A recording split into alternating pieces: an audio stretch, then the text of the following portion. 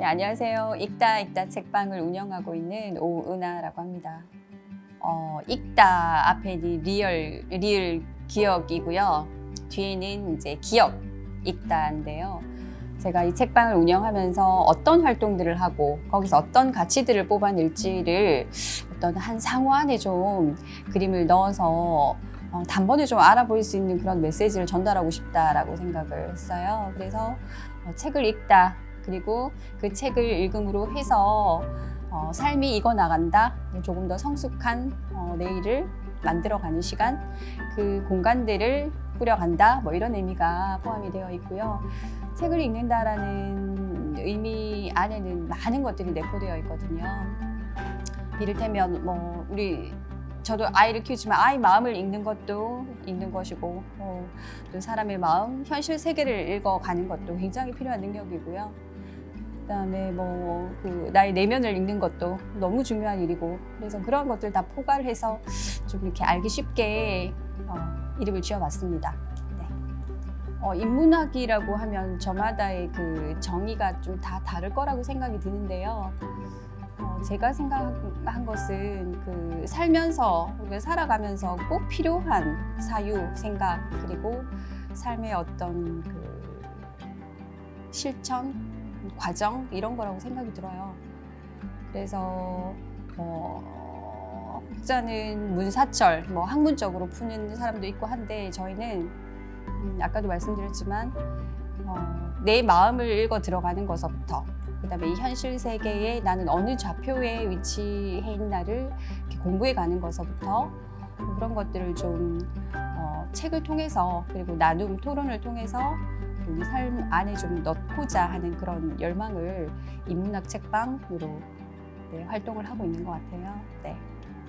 저희는 요일별로 지금 다른 프로그램들이 운영이 되고요. 예를 들어서 월요일에는 그 명상의 개념을 좀 프로그램 안에 넣고 싶었어요. 한 주를 시작하는 시간이라. 그래서 그림을 그린다든지, 그다음에 명상과 낭독, 그러니까 책을 소리내서 읽는 모임이 또 있거든요. 그래서 소리내어서 읽음으로 해서 자신의 어떤 호흡의 가쁨 정도로 또 내면을 파악할 수도 있고, 또 생각을 조금 더 건너뛰지 않고 차근히 밟아서 이렇게 읽어내는 것들, 이런 것들을 월요일에 하고 있고요. 그다음에 화요일, 수요일, 금요일은 각기 조금 성격이 다른 책들을 읽어내는 독서 프로그램이에요. 일반인들. 그래서 화요 독서회, 수요 독서회, 그리고 벽돌책이라고 하죠. 소위 굉장히 두꺼운 입문서 내지는 고전 이런 것들을 읽는 금요 독서회 있고요. 그다음에 어린이 인문학. 어렸을 때부터 그 생각, 사고하는 것들을 좀 유연하게, 그리고 자신의 마음을 읽어가는 것부터 우리가 책 읽기에 조금 적용을 해보면 좋겠다 싶어서 어린이 인문학, 사춘기 굉장히 힘든 우리 청소년 친구들, 청소년 인문학 이런 식으로 하고 있고요. 코로나 이후에 굉장히 오프 모임이 힘들어졌어요. 그래서 랜선 모임, 그러니까 온라인으로 서로 활동을 하는 온라인 1일 읽을쓰기, 그리고 아침에 6시부터 6시 40분까지 매일 책을 읽는 그 랜선 프로그램이 있어요. 부모님이라고, 랜선 북클럽도 운영이 되고 있고, 어린이 인문학을 하는 아이들의 엄마들도 또 따로 모여서 책을 읽고 나누는 프로그램이 있고요. 또 기타 그 책방 프로그램 그 외의 프로그램들도 기획을 하고 재밌게 펴고 있습니다. 책방지기는 그 책방의 그 공간을 꾸밀 때 자기의 성격이나 정체성이 묻어나게 되어 있겠죠. 근데 저도 좋아하는 작가들이 있어요. 근데 그 중에서 굉장히 저희 내면을 직시하게끔 만든, 그리고 제가 고민하는 것들을 충분히 100년 전에도 고민하고 있었던 그 접점이 굉장히 넓게 만나지는 이가 바로 헤르만 헤세였고요. 그래서 헤르만 헤세의 책을 전작일기 통해서 읽어가면서 울기도 많이 울고, 근데 그가 고민하는 지점과 제가 일상에서 이렇게 엄마들도 가족들하고 나누지 못했던 저만의 어떤 생각들, 이를테면 영성적인 거나 내면적인 거, 이런 것들을 굉장히 세밀하게 접근한 작가여서 굉장히 좋아하고요. 그래서 그 책이 제 삶에 많은 도움을 준 것 같아요. 그도 굉장히 어려운 고통을 대면했을 때 스스로의 치유법을 많이 발생시켰잖아요. 이를테면 뭐 그림을 그린다든지 정원을 가꾼다든지 그다음에 내면을 끊임없이 이렇게 탐구한다든지 글쓰기를 한다든지 이런 것들을 일상에 녹여놓고 살면서 자신을 계속 이렇게 잘 다듬어 갔다라는 느낌에서 제가 굉장히 귀감을 받았고 존경하는 작가고 작품도 너무 좋고요. 저는 추천한다기보다 하지 말아야 되는 독서법을 말씀드리면 역으로 그죠? 생각할 수 있는 것 같은데 요즘은 유튜브 이런 것들이 굉장히 잘 되어 있어요. 그래서 책을 뭐 15분 만에 읽어준다 라든지 뭐 5분 만에 요약하는 책 읽기 뭐 이렇게 해서 그 메시지만 딱 압축을 해서 뽑아내서 전달하는 것 정도로 접근하는 책 읽기 문화가 많이 확산이 되고 있는데요.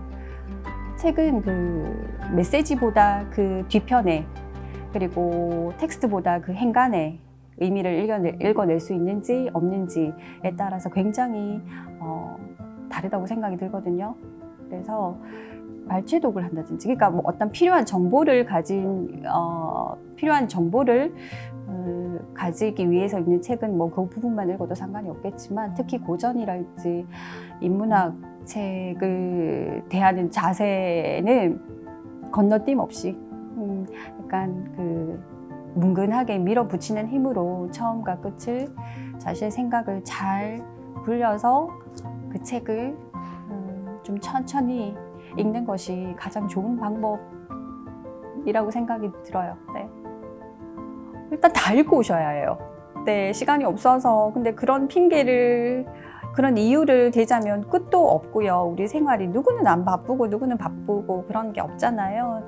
다 각자 자신의 삶에서 충실하되 그 독서를 읽고 그 독서한 내용을 가지고 나눔을 하기로 약속을 했다면 그 기본적인 요건들은 좀 가지고 오시는 것들이 좋지 않을까.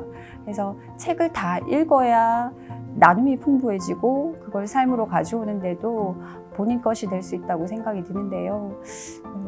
그런 것들이 뭐 아팠다든지 뭐 그런 어쩔 수 없는 일들을 제외하고는 좀 이렇게 지성의 부지런함을 좀 발휘해서 그 시간을 가지고 오시는 것들이 참 좋을 것 같아요.